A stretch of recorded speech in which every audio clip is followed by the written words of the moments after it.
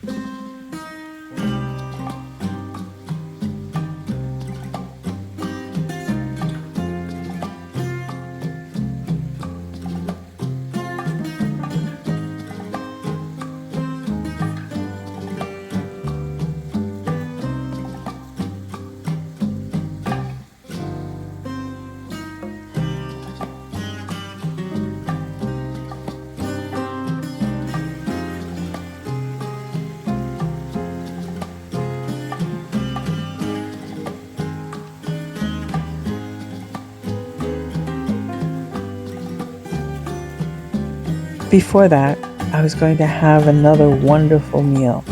We were going up the block to a restaurant, Caribbean Fusion. It was called Sirpa. I hope I'm saying it right. It's spelled Sierpa.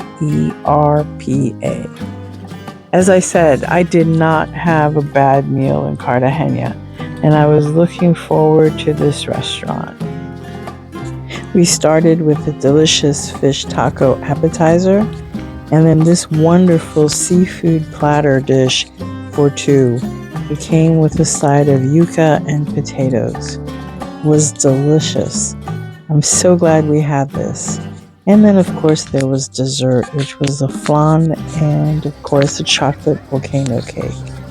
Simply wonderful. Then we strolled out and we went to the Trinidad Plaza, where people were gathering once again for the nightly entertainment and excitement.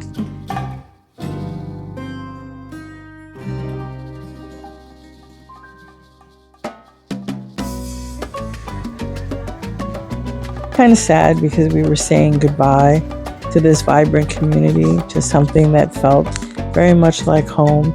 And of course, I was so relaxed and so used to this life, I thought this was my life. But it was great. I'm glad we got to experience it. And we went to our private rooftop. It's departure day, and our hotel is telling us that we have to give ourselves plenty of time to leave because there's going to be a national celebration.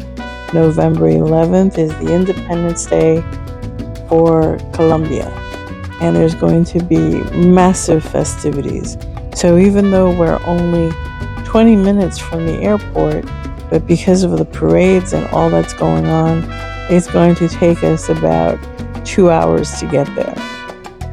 Thank goodness we had an Uber driver who was very aware of the situation and explained to us that he was going to have to go all the way around and out of his way, basically out of the city, to loop back to the airport.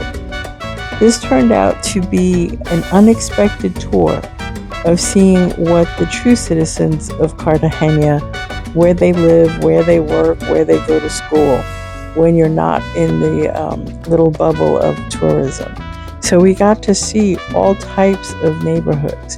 We've got to see the poor neighborhood. We got to see the working class. We got to see the neighborhood of the professionals. And it was very interesting. And it looked like it had a lot in common with every other place in the Caribbean. There were parts that made me feel like I was in Puerto Rico and San Juan, and other parts that looked like Haiti to me. It was really a wide swath of different areas and neighborhoods and vibes. And he even took us by the market and showed us that that's where all the fish and food comes from, that they then put on these little speedboats that go out to the islands, like the beach club islands that I've been talking about incessantly. So he was quite informative. And he also gave us the background that there seemed to be a lot of Venezuelans that were fleeing their country and coming to Colombia. And he even showed us where they set up makeshift housing. It was very interesting.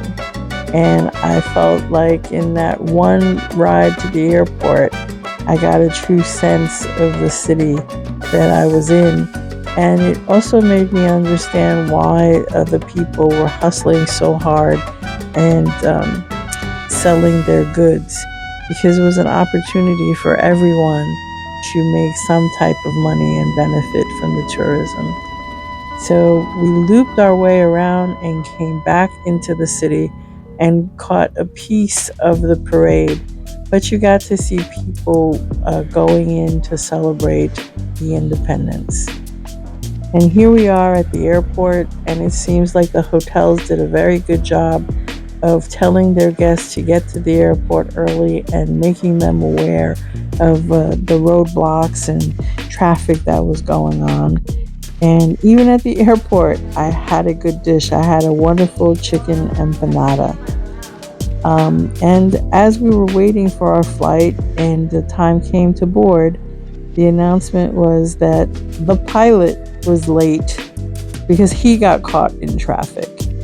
So the passengers were there, but the pilot was late. But it all ended well. And he actually made up the time in the air. If you enjoyed this episode, please give me a thumbs up and remember to like, subscribe, and share.